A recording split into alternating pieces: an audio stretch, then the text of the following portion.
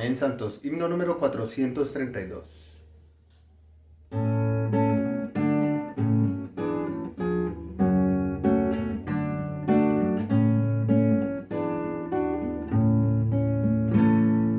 El creador del hombre tiene en su corazón un plan, que el hombre le exprese y cambiaría su juzgar.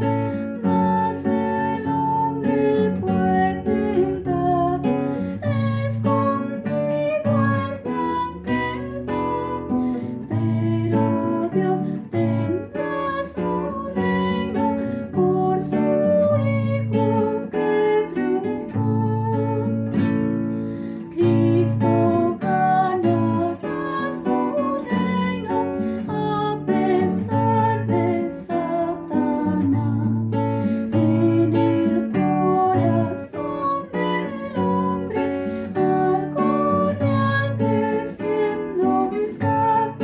No recibas la enseñanza de esperar hasta morir, pues el reino que Dios quiere, Cristo lo edifica aquí. Vino el Hijo Jesucristo y un hombre se hizo él. Como Espíritu Él entra y es la vida en nuestro ser.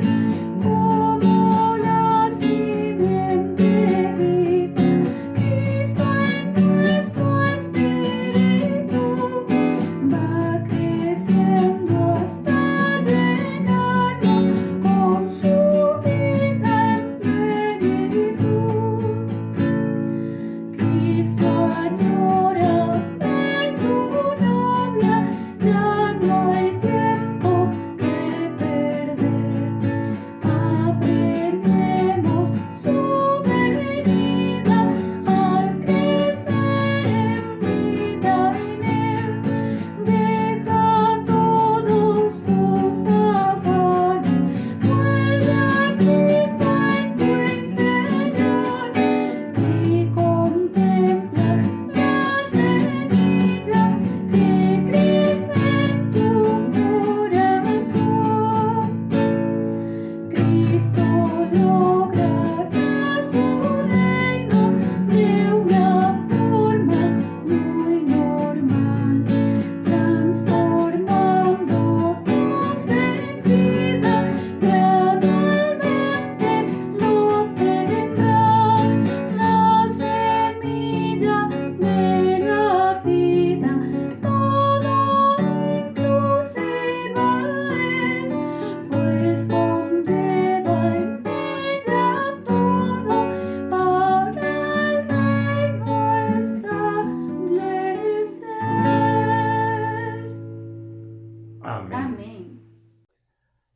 Amado Señor, te damos gracias por esta oportunidad maravillosa que nos das de poder dispensar tu palabra, de poder transmitir tu carga.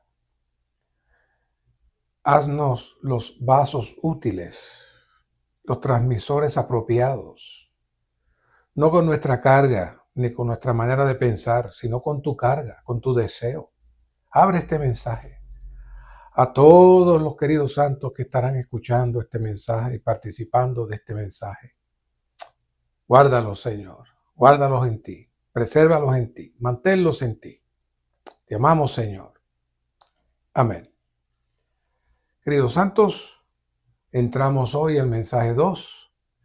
Cristo, como aquel cuyas obras son gobernadas por los cielos, nuestro pastor, nuestro descanso y el sembrador. Y el punto 1 es: Cristo es revelado como aquel cuyas obras son gobernadas por los cielos.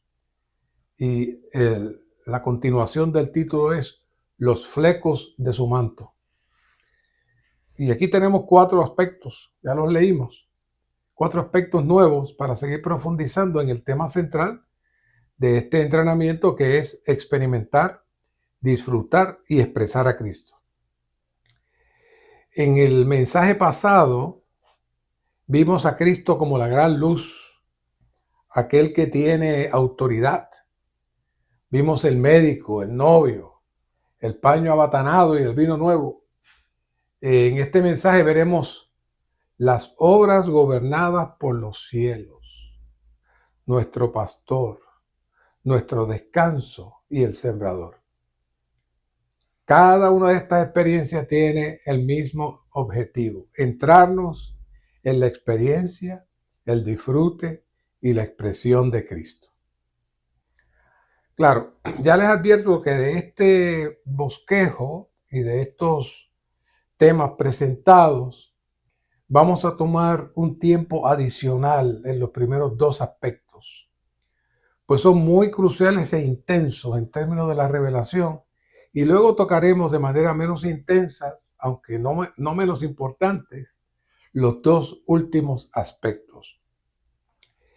El primer aspecto de las obras gobernadas por los cielos, van a notar que podremos conectar no solo el mensaje pasado, sino toda la secuencia de la carga de Dios. ¿De qué?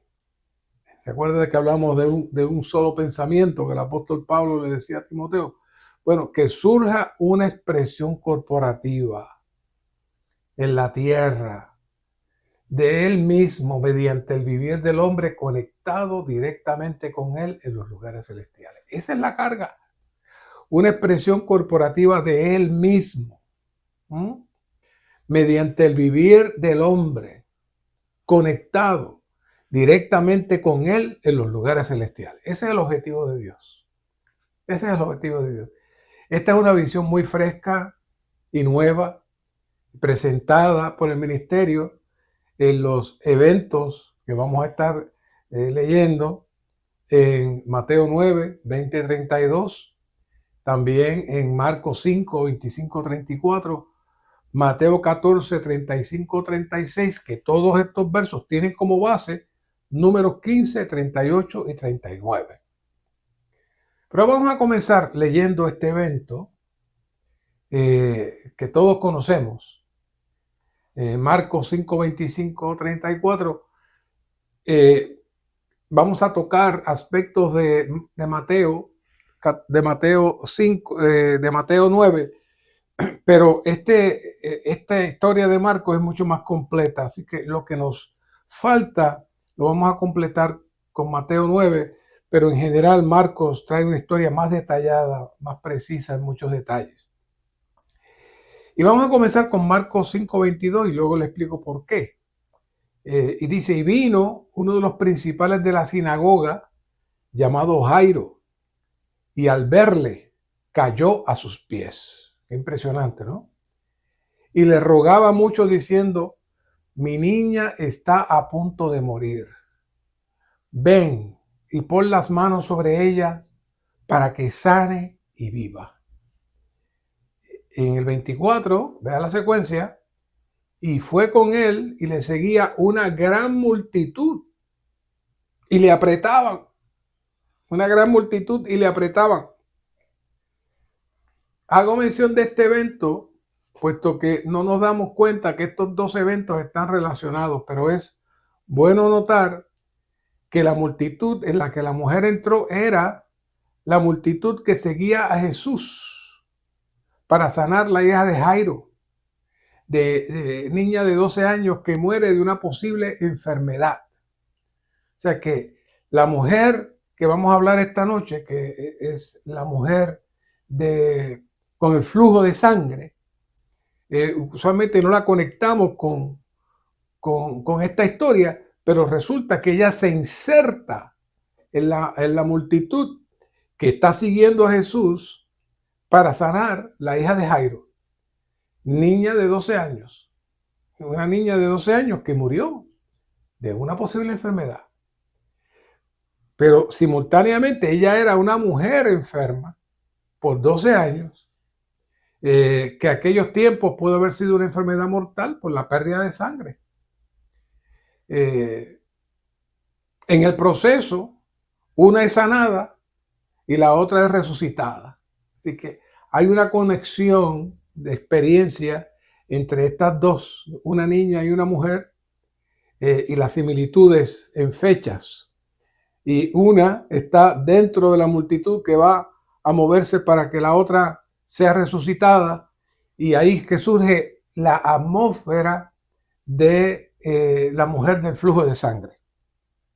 Ahora bien, en el 25 dice, entonces, una mujer que tenía flujo de sangre desde hacía 12 años y habría sufrido mucho a manos de muchos médicos y gastado todo lo que tenía sin provecho alguno, antes empeoraba.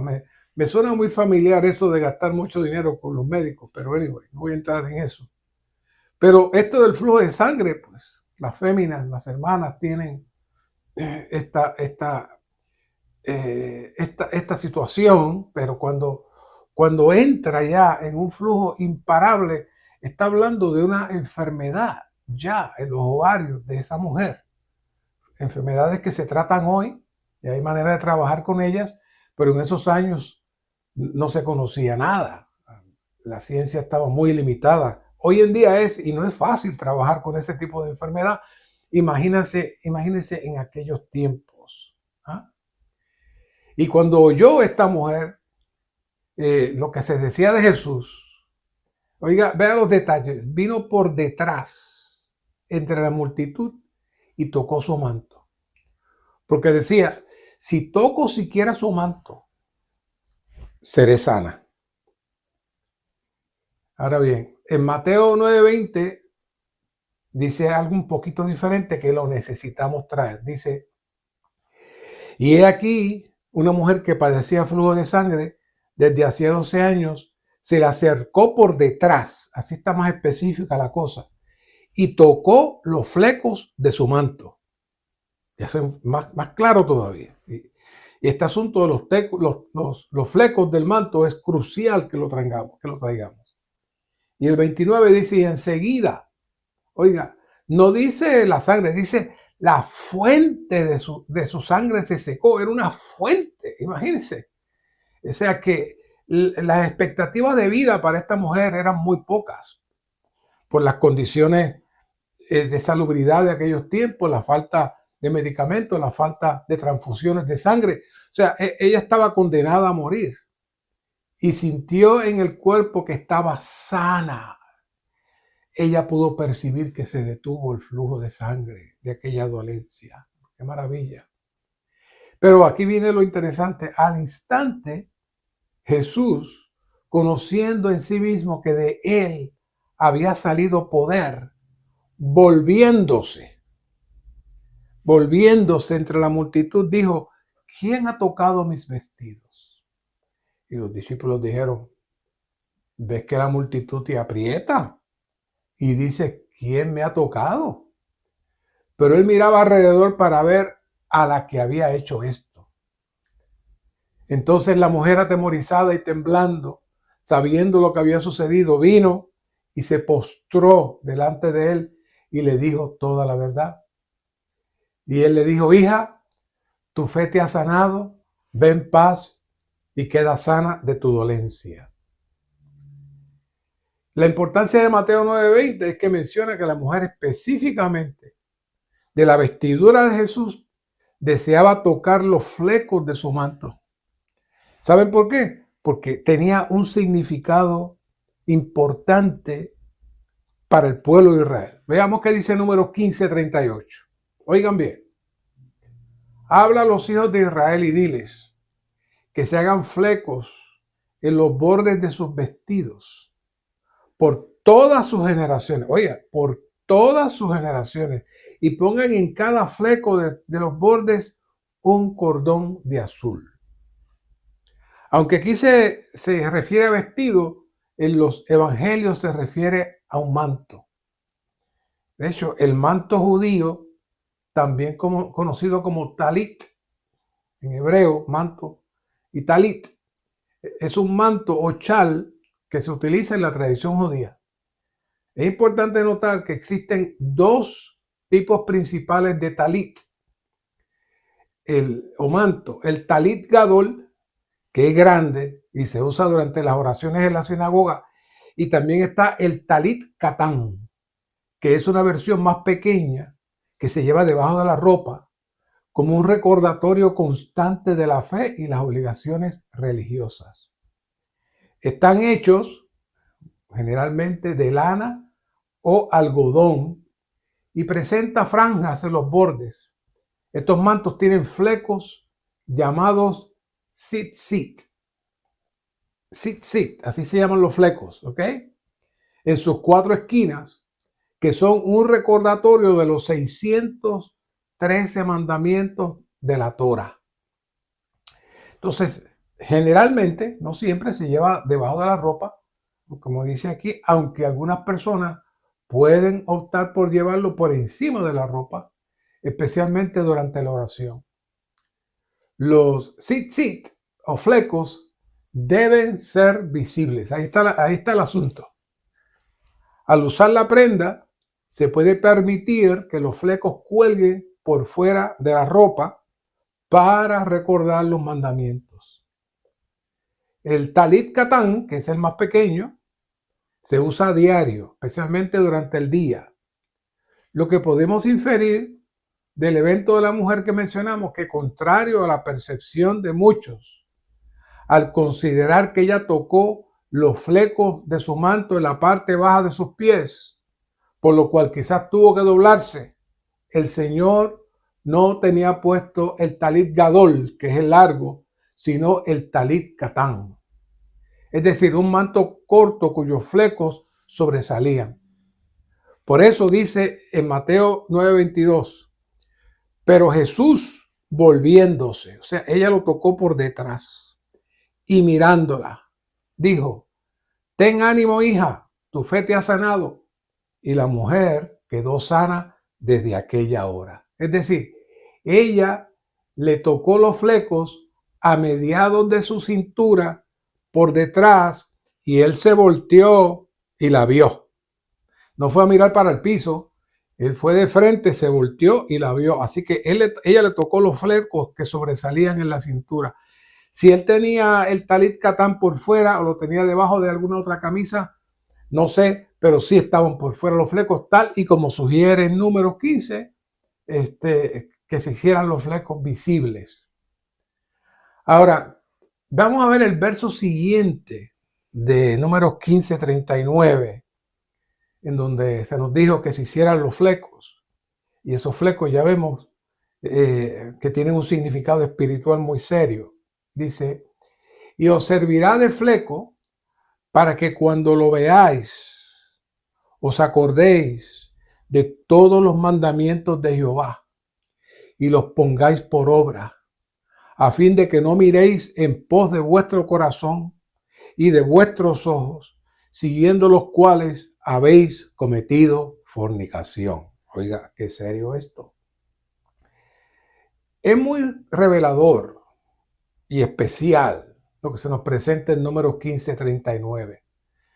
Honestamente, no sé si el apóstol Pablo estaba descifrando el misterio de los flecos cuando escribió Romanos 8:6, cuando dice, porque la mente puesta en la carne es muerte, pero la mente puesta en el espíritu es vida y paz.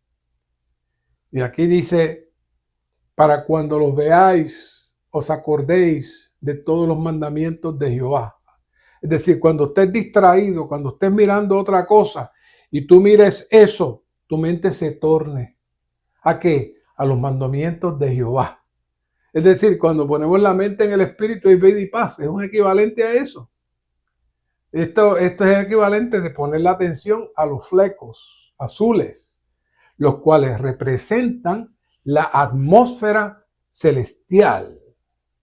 Los flecos azules representan la atmósfera celestial para recordar las leyes del Torah, que en ese momento era la palabra escrita de Dios.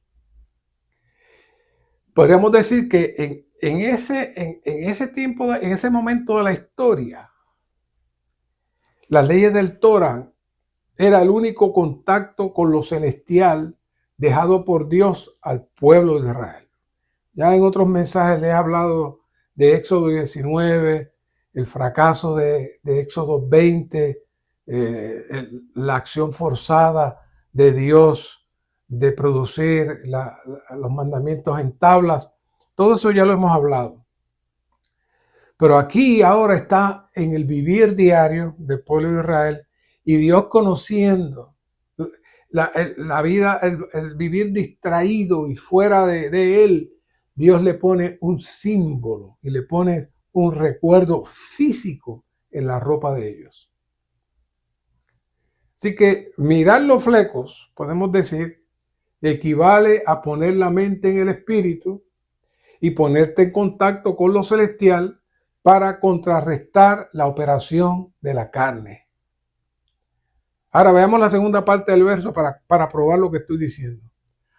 A fin, mira los flecos, que es el tipo de lo celestial, a fin de que no miréis en pos de vuestro corazón y de vuestros ojos, siguiendo los cuales habéis cometido fornicación. Es claro cómo se une aquí lo que hemos estado presentando de la operación del enemigo en la carne. No es que la carne física es una cosa y el alma es otra. Este verso es muy preciso en cuanto a dónde está la fuente que nos esclaviza y nos saca de la atmósfera celestial. Nos advierte de dos tipos de mirada, una interna y otra externa. Primero, nos advierte de no mirar los deseos contaminados del corazón que componen las partes del alma más la conciencia, en donde el enemigo planta sus pensamientos. ¿Para qué? Para crear falsas ilusiones, deseos, malos entendidos, dudas, temores, envidias, introspección, frustración, odios, rencores. ¿Haciendo qué? Contaminando nuestro corazón. Y por otro lado, advierte de los ojos físicos, los cuales introducen las tentaciones externas que el enemigo pone y lo entra otra vez a nuestro interior, como Primera de Juan 2:16 advierte cuando advierte sobre los deseos de los ojos. Aquí conectaron esos dos versículos. Todo esto, ¿para qué? Para cometer fornicación. Ahora bien, ¿qué tipo de fornicación? No solo la física, lo cual puede ocurrir fácilmente por la mente y los ojos, sino de manera espiritual, como ocurrió constantemente con el pueblo de Israel. ¿Ah? ¿Por qué? Porque aman, desean y tienen placer con otras cosas que no son Dios mismo, y eso se llama idolatría. Y para Dios eso es fornicación. Para Dios eso es fornicación. Fornicación espiritual con Él. Todo es la carne. Todo este conglomerado de cosas son la carne. Es decir, los deseos de nuestro corazón, los deseos de los ojos, analizando y procesado en nuestra mente para activar y capturar y corromper nuestros 5 sentidos del cuerpo. Todo este proceso que se da en la mente, se da en el corazón y finalmente se proyecta en el cuerpo, todo eso es la carne. Reducir la carne a nuestro cuerpo físico únicamente y hablar de la carne como el cuerpo físico es muy limitado, inexacto y no tiene base bíblica de ninguna manera. El cuerpo físico, sin la operación de la mente y los ojos, queda anulado y sin función. Por eso que un ciego tiene un problema menos cuando está ciego, aunque le quedan los oídos y le queda el tacto, pero tiene un problema menos. Es por eso que cuando nos tornamos a los flecos, que es el espíritu, todo queda sin efecto. Y se nos va la distracción del corazón y la distracción de los ojos. Y todo queda, el cuerpo queda sin trabajo. Entonces se cumple lo que hemos estado compartiendo, Primera de Juan 3:6. Todo aquel que permanece en él no peca. Es decir, si te mantienes en los flecos azules, en la dimensión celestial, el cuerpo no tiene ningún efecto. Ahí no hay nada. Se queda quieto. Porque quien lo trabaja, se trabaja acá arriba, donde comienza la carne. Por eso en 1 de Juan 2:6 dice, el que permanece en él debe andar como él anduvo. Ahora, ¿cómo él anduvo? Pues anduvo en la esfera de los cielos, aunque su cuerpo físico estaba en la tierra. Recuerden lo que hemos hablado en Juan 3:13. ¿Quién subió al cielo sino aquel que descendió del cielo, el que está en el cielo, el Hijo del Hombre? ¿Qué le estaba diciendo Jesús a Nicodemo? Hey, te voy a adelantar un poquito, pero yo estoy en otra dimensión. Tú me ves aquí, tengo un cuerpo igual que el tuyo y hablamos igual, pero yo estoy en otra dimensión. Mi mente, mi corazón está en Dios y yo estoy en otra esfera. Es lo que le digo. Ahora, eso no era para el Señor solamente. Por eso se presenta este asunto de los tzitzits, de los flecos, como una imagen de una realidad que Dios anhelaba que ocurriera entre su pueblo. El tocar los flecos, el entrar en nuestro espíritu, nos entra en la esfera celestial y ahí el Señor nos sana, nos edifica y nos perfecciona para su deseo. Eso es lo que conocemos como la transmisión del espíritu compuesto o la unción del aceite compuesto. Hay muchas maneras de traerlo, pero es exactamente lo mismo. Ahora, vamos ahora a pasar al segundo aspecto.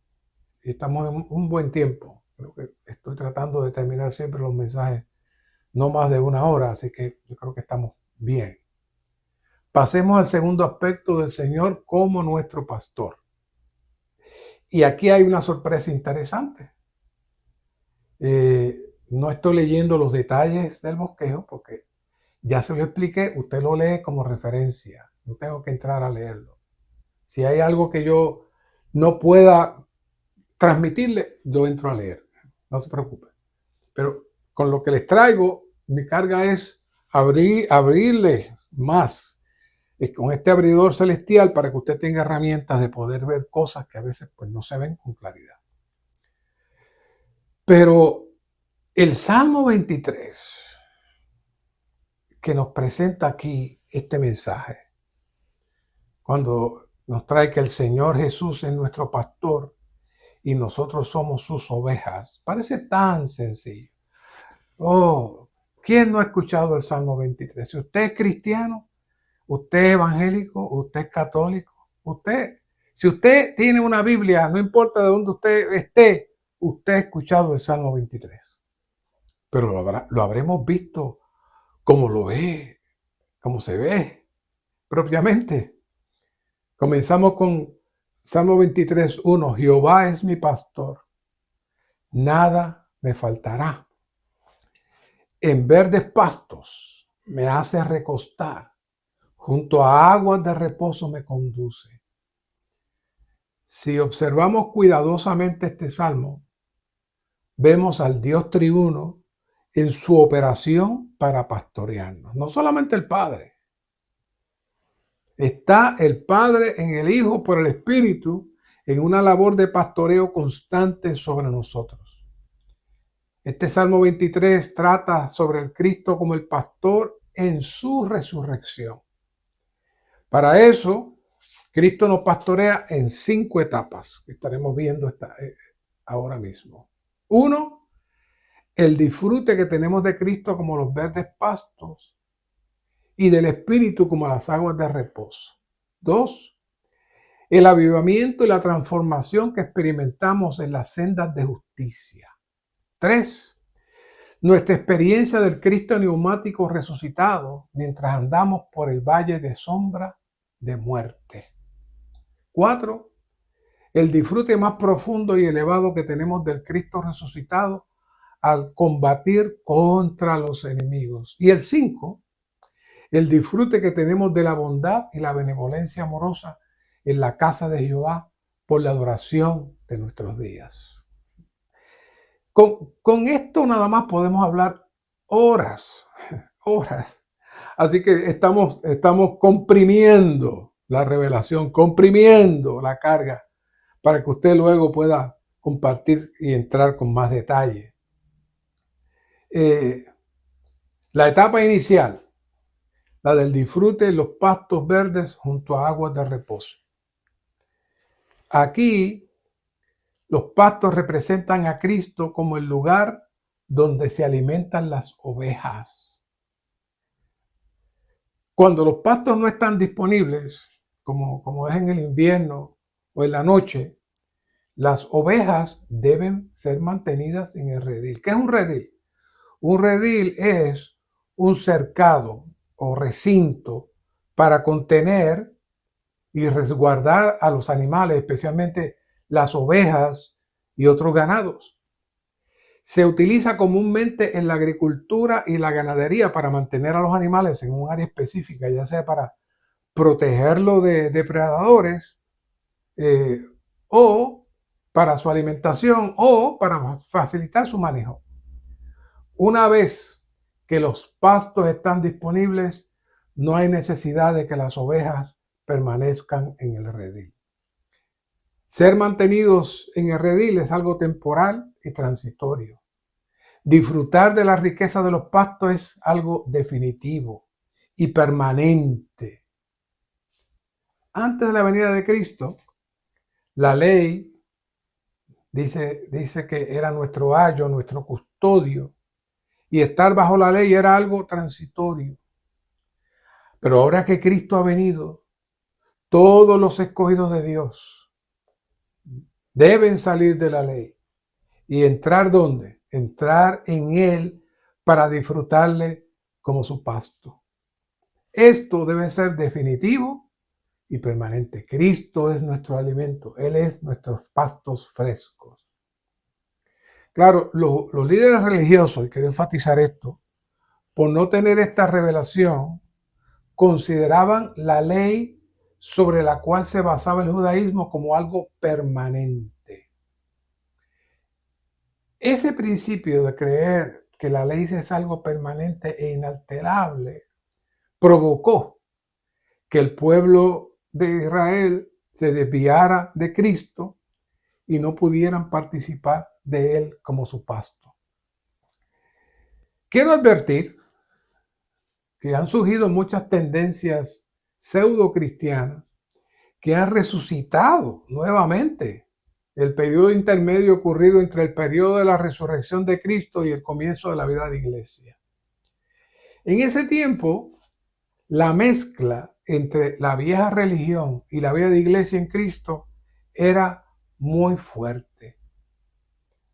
Por el principio presentado de que la ley era algo permanente e inmutable, ese principio se quedó inclusive en muchos de los apóstoles y trabajaron, procuraron guardar lo que habían descubierto de Cristo, su muerte, resurrección, y a la misma vez seguir manteniendo sus vínculos con la ley.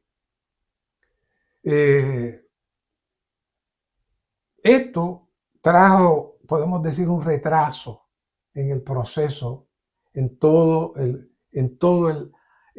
proceso de Dios para llevar a su iglesia a los verdes pastos. Hoy en día existen estos grupos que enfatizan que la Biblia es una, que no existe división entre el antiguo pacto y el nuevo pacto, que no hay diferencia, por lo que los principios presentados en el Torah están activos y válidos. Inclusive muchos de ellos hasta se usan los flecos y todas esas cosas. Así que les advierto que esto está creciendo en muchos lugares. Y si no se tiene una visión clara de la economía de Dios, pudiera crear confusión, especialmente en los nuevos, y ser confundidos. Porque los versículos que aparecen en el Antiguo Testamento pues son muy convincentes. Dios lo está ordenando hacer y eso trae confusión.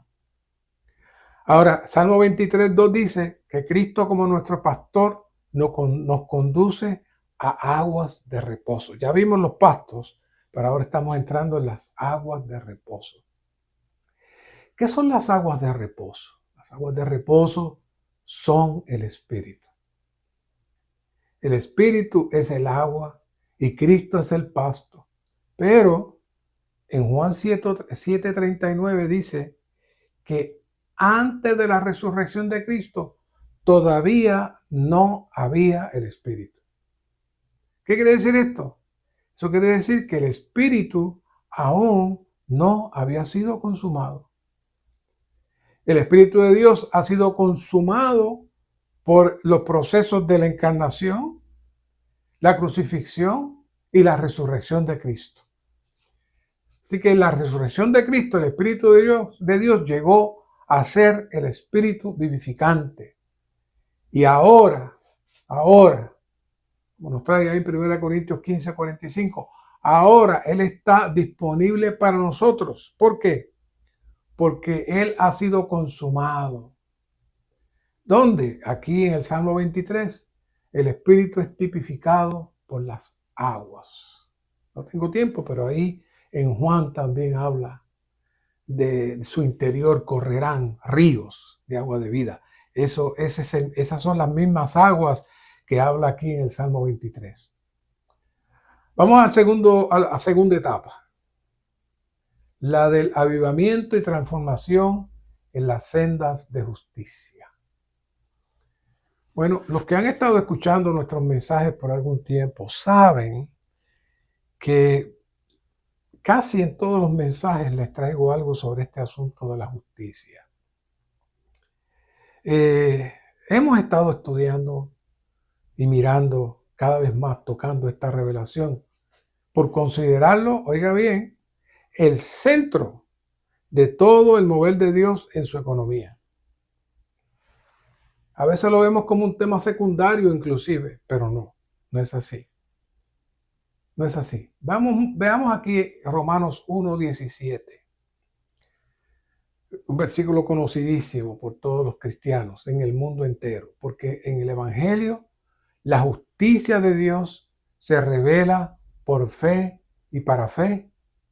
Como está escrito, mas el justo por la fe tendrá vida y vivirá. ¿De quién se acuerdan? A mí me le digo de quién se acuerda. En Juan 3:16, el amor de Dios es la fuente y el motivo de la salvación. En Efesios 2:5, la gracia de Dios es el medio por el cual Él efectúa su salvación. Aquí, la justicia de Dios es el poder de su salvación. La nota de aquí de justicia de Romanos 1:17 dice, la justicia de Dios, la cual es sólida y constante, es el cimiento de su trono. No es un tema secundario para hablar de justicia de vez en cuando. No.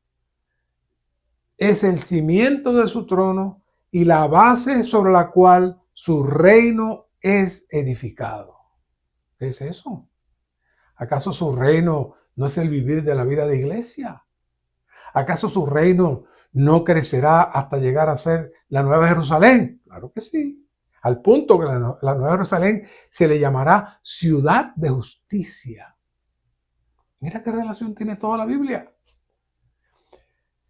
Desde una perspectiva legal, tanto el amor como la gracia pueden fluctuar, pero la justicia no puede fluctuar.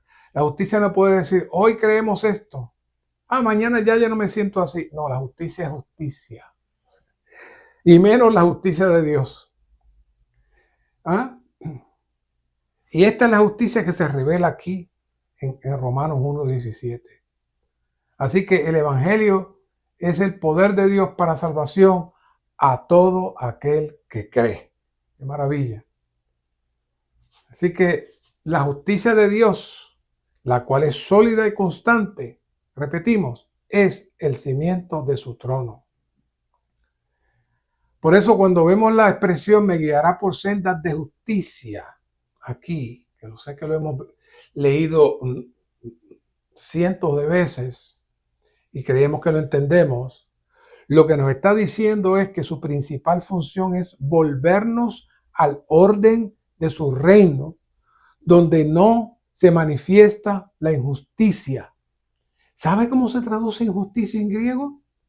Anomos. ¿Y sabe otra traducción para injusticia? Iniquidad o sin ley. ¿Acaso no ha visto usted muchas veces la palabra iniquidad? Sí, muchas veces. Dios detesta la iniquidad, Dios detesta la injusticia. Esa es la atmósfera y el vivir que reina en todos los seres humanos como resultado de la infusión constante del espíritu de iniquidad, es decir, estar sin ley, estar en iniquidad, estar sin ley. Y eso es todo lo que hacemos fuera de las sendas de justicia que nos está hablando aquí el Salmo 23. Cualquier cosa que hagamos fuera de las sendas de justicia, sea bueno o sea malo, es iniquidad para Dios. Pero aquí dice, nos guiará. No dice, usted hará, no, nos guiará. Es decir, es este Cristo de la unción el que nos guiará a vivir en la senda de justicia. Claro, es importante recordar lo que hemos visto en el Salmo 45 de los dos vestidos de la novia. Vamos a ver una nota aquí. La reina en este salmo tiene dos vestiduras, dice la nota. La primera vestidura es el oro de Ofir, obra tejida con brocado de oro, y corresponde a Cristo como nuestra justicia objetiva, la cual es para nuestra justificación. Esa es la primera, la objetiva, la cual es para nuestra justificación. Pero tiene una segunda vestidura la reina. Es el vestido bordado que corresponde al Cristo bordado en nuestro interior mediante la obra transformadora efectuada por el Espíritu y que es manifestado en nuestro vivir como nuestras acciones justas y subjetivas, las cuales son para nuestra victoria. La primera vestidura es puesta sobre nosotros a fin de que podamos permanecer firmes en la presencia de Dios porque somos justificados. Mientras que la segunda vestidura es entretejida en nuestro carácter. Qué bonito, ¿eh?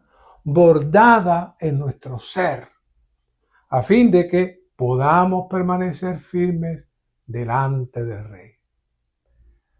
Aún si miramos la expresión sumamente conocida que impresionó a Martín Lutero, le dije que iba a decir de quién nos estábamos refiriendo, en Romanos 1:17, dando un giro en su vida profundo, llevándolo a una revolución en contra de la religión establecida. Ya sabemos la historia. Con solo escuchar, mas el justo por la fe tendrá vida y vivirá. Y rápido él pensó, entonces no es pagando para que le perdonen los pecados, de llamadas indulgencias de aquel tiempo. No. Mas el justo por la fe tendrá vida y vivirá. Ahora, tengo que decirle que esto se refiere a la segunda vestidura. Usualmente lo aplicamos a la primera, pero esto es a la segunda. ¿Sabe por qué? Porque dice el justo. Es decir, aquel que vive en la senda de justicia. No dice el impío, dice el justo. Nosotros como impíos necesitamos la primera vestidura para ser justificados.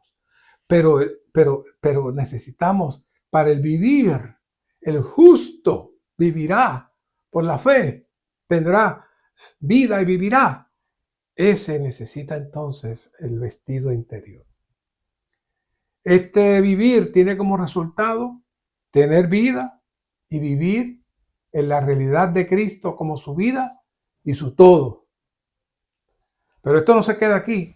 Les aseguro que seguiremos hablando en otro momento, pero tenemos una agenda que seguir. Pero le di unos adelantos importantes de a qué se refiere por sendas de justicia. Nos estará guiando el Señor, nuestro pastor. Ya vemos el peso de esa expresión, no es tan sencilla como pensamos. La tercera etapa, la de experimentar la presencia de Cristo resucitado cuando pasemos por los valles de sombra y de muerte. Yo sé que a nosotros no nos gusta mucho este asunto de hablar de pasar por los valles de sombra y de muerte, pero esto tiene doble significado. Dice, aunque ande por el valle de sombra de muerte, no temo mal alguno, porque tú estás conmigo. Tu vara y tu cayado me confortan. Esta etapa es la etapa en la cual experimentamos la presencia del Cristo resucitado, del Cristo neumático, cuando pasamos por valles de sombra y de muerte. Aunque andemos en valles de sombra y de muerte, no temeremos mal alguno, porque Cristo, el Cristo Espíritu, el Cristo neumático, estará con nosotros, como lo dice Pablo en Timoteo 4:22, el Señor esté con tu espíritu.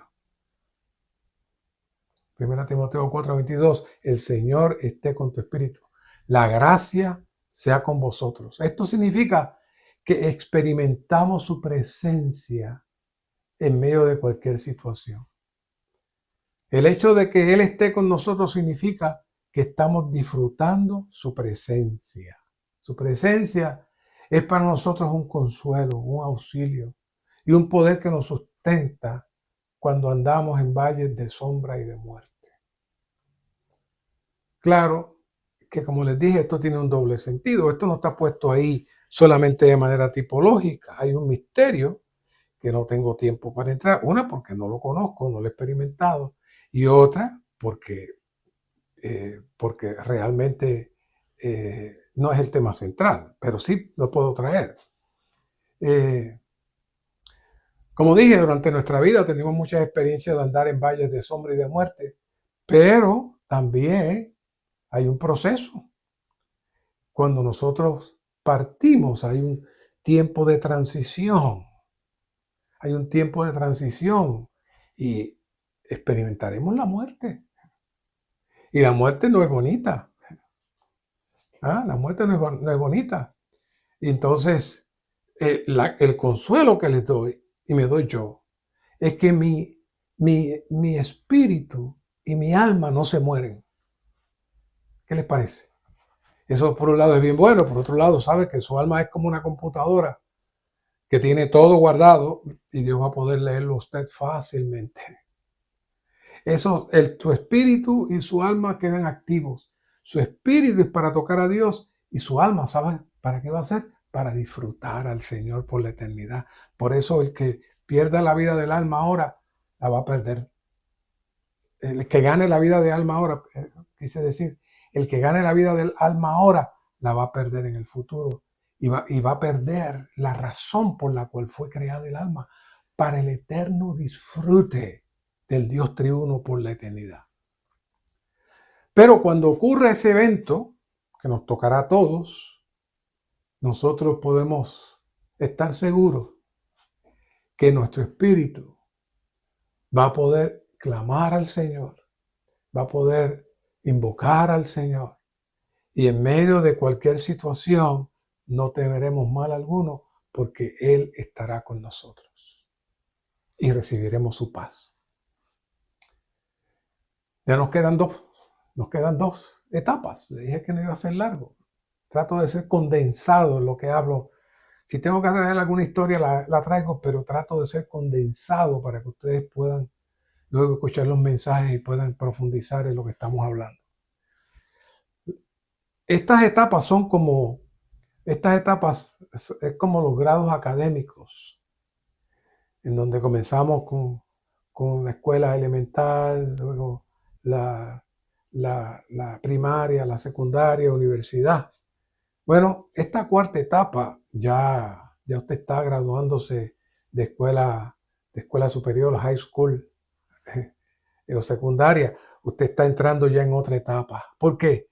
Porque es la etapa del disfrute más profundo y elevado del Cristo resucitado. ¿Y dónde se ve eso? El Señor adereza una mesa, un banquete delante de nosotros en presencia de nuestros adversarios. Salmo 23:5. La mesa del Señor es un banquete. Un banquete. En esta etapa es la etapa de disfrutar más profunda y elevadamente al Cristo resucitado. Y entonces, ¿qué ocurre? El Señor unge nuestra cabeza con aceite. Y ya hablamos en uno de los mensajes de guardar el aceite de la unción, en el mensaje pasado. Unge nuestra cabeza con aceite. Hebreos 1:9 habla con óleo de alegría. Y nuestra copa de bendición, que habla 1 Corintios 10:16, está rebosando. Ungir la cabeza equivale a ungir todo el cuerpo, como habla el Salmo 133, que empieza en la cabeza y va descendiendo, lo cual desciende hasta el borde de las vestiduras. Y si está usando el manto largo, pues va a mojar los flecos. Sin duda, esto se refiere al ungir del Espíritu vivificante y compuesto en la resurrección de Cristo. ¡Qué maravilla! Todas las riquezas de lo que Cristo es y ha hecho constituyen este ungüento compuesto de la unción. Esta etapa es para disfrutar más profundamente, en un grado más elevado, el Cristo resucitado, el Cristo que unge, el Cristo que llena, llena nuestra cabeza, unge nuestra cabeza con este óleo de alegría. Así que esperamos que el Señor nos eleve en este disfrute constante. ¿Por qué? Porque todas las riquezas de lo que Cristo es y ha hecho constituyen este ungüento compuesto de la unción. Este ungüento compuesto es el fluir del Espíritu, es la savia del olivo. Hay tantas maneras que lo hemos estado diciendo, pero el Señor está fluyendo en nuestro interior para cubrirnos completamente. Mientras más nos cubre, más nos posee, más nos mide, más nos posee y más crece este disfrute de este Cristo resucitado. Y ahora terminamos con la quinta etapa, la de disfrutar de la bondad y de la benevolencia divina. ¿Dónde? En la casa de Jehová todos los días de nuestra vida. El Salmo 26:3 habla de esta quinta etapa, la de disfrutar la bondad y la benevolencia divina en la casa de Jehová toda la vida. Dice, ciertamente el bien y la benevolencia nos seguirán.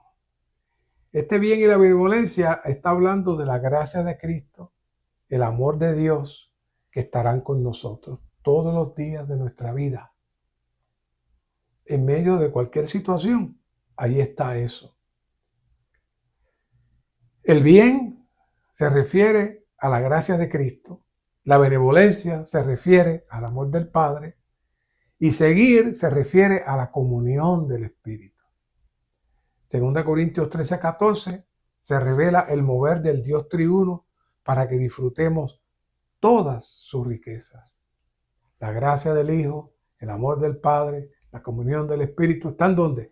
Están con nosotros. Están con nosotros.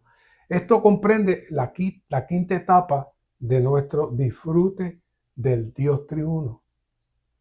Con el tiempo, este disfrute nos hará entrar en la casa de Dios y moraremos en la casa de Jehová. Primero, como la iglesia. Una vez que usted recibe al Señor, toca la vida de iglesia, usted comienza a entrar en la casa de Dios. No en el edificio, ya pasamos al catolicismo y el protestantismo, que todavía ven el edificio como la casa de Dios. No. Moraremos en la casa de Jehová en términos de su cuerpo, de su iglesia, donde usted mismo es parte de esa casa. Y entonces, eventualmente entraremos a la consumación de esa casa, que en Apocalipsis nos habla de la nueva Jerusalén, Apocalipsis 21 y 22. Y eso es cuando todos los días de nuestra vida, en la era actual y la era venidera, así también en la eternidad. O sea, nuestros días no solo se cuentan en esta era, sino también en la era venidera y en la eternidad. Damos gracias al Señor por este mensaje que nos ha abierto los ojos.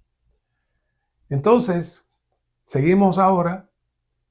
Jesús es nuestro descanso. Aquí hay otro punto más. Me quedaba este puntito. Jesús es nuestro descanso. Venid a mí, todos los que trabajáis arduamente y estáis cargados, y yo os haré descansar. Y aquí quiero quedarme en la lectura de Hebreos 4:1 para que podamos ver algunos puntos serios, cruciales en este aspecto. Vamos a leer y vamos a hablar un poquito de Hebreos 4:1 en adelante. Temamos pues, fíjate cómo comienza, temamos pues, no sea que permaneciendo aún la promesa de entrar en su reposo, alguno de vosotros parezca no haberlo alcanzado.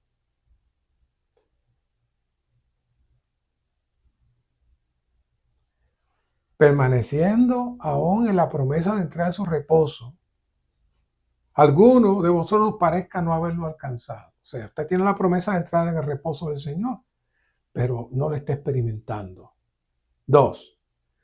Pues también a nosotros se nos ha anunciado la buena nueva, lo mismo que a ellos, pero no les aprovechó la palabra oída por no ir mezclada con la fe en la que la oyeron. Se está refiriendo a los judíos.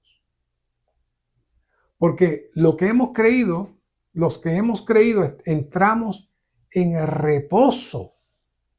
Ahora no está hablando del futuro, está hablando de hoy. Entramos en el reposo, de la manera que él dijo, como juré en mi ira, no entrarán en mi reposo, aunque su obra creadora fue acabada desde la fundación del mundo. Porque en cierto lugar dijo así, del séptimo día, y reposó Dios todas sus obras el séptimo día. Pero aquí dice, y otra vez aquí, no entrarán en mi reposo.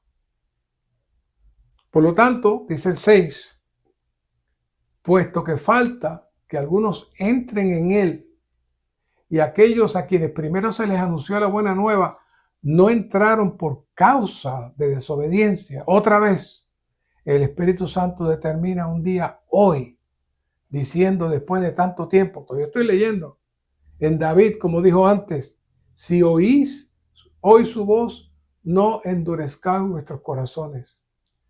Porque si Josué les hubiera introducido en el reposo, el Espíritu no habría hablado después de otro día. O sea, cuando Josué los introdujo en la buena tierra, no entraron en reposo. Y después comenzaron a guardar el sábado, no entraron en reposo. Por tanto, queda un reposo sabático. Y aquí está hablando del futuro. Queda un reposo sabático. O sea, había un anuncio de un reposo sabático que se dio cuando se habló de los mandamientos. Pero queda un reposo sabático para el pueblo de Dios. Porque el que ha entrado en su reposo, y no se refiere al sábado, también ha reposado de sus obras como Dios de las suyas. Procuremos pues con diligencia entrar en aquel reposo para que ninguno caiga en semejante ejemplo de desobediencia. Aquí la nota dice, este reposo sabático es Cristo como nuestro reposo, tipificado por la buena tierra de Canaán. Deuteronomio 12:9, Hebreos 4:8. Cristo es el reposo para los santos en 3 etapas. Número 1, en la era de la iglesia, como el Cristo celestial, aquel que reposa de su obra y está sentado a la diestra de Dios en los cielos. Él es el reposo para nosotros en nuestro espíritu. Y aún dice que estamos sentados juntamente con Él en nuestro espíritu. Por eso hablábamos también, cuando entramos en la atmósfera celestial, entramos al reposo al estar sentados juntamente con Él.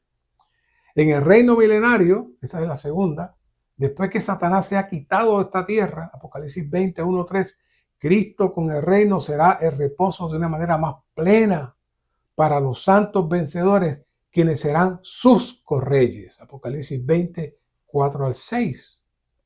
Y quienes participarán de su reposo y lo disfrutarán en el cielo nuevo y la tierra nueva, después que todos los enemigos, incluyendo la muerte, el último enemigo, hayan sido sujetos a él. Cristo, como aquel que tiene la victoria sobre todas las cosas, será el reposo en plenitud para todos los redimidos de Dios por la eternidad. ¿Qué es todo esto? Está hablando de que el sábado judío no es exclusivamente reposo o únicamente reposo. Eso fue una sombra de la realidad. Hoy debemos experimentar entrar en su reposo estando en él, en todo lo que tenemos, para luego entonces los que hayamos entrado en él y entramos en su reposo, podremos entrar entonces en el reposo eterno que es en el milenio y luego por la eternidad.